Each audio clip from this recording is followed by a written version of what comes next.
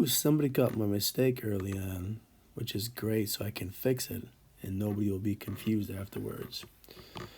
But here's how we'd find the volume of pyramid B. We'd set up a proportion with these corresponding parts, the 8 meters and the 6 meters.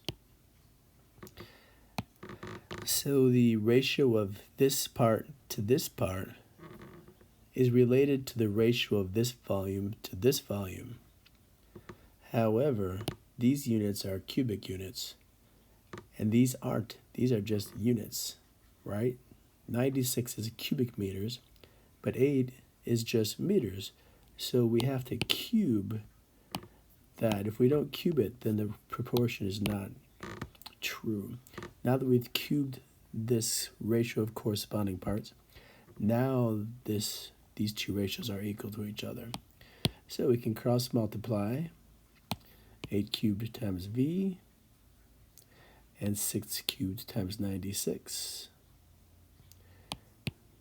Evaluate, divide both sides by 512, and we get our answer of 40.5 cubic meters for the volume of pyramid B.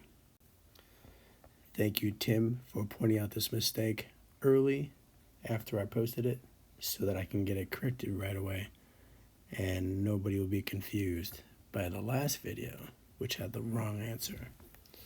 Thank you very much, and good night.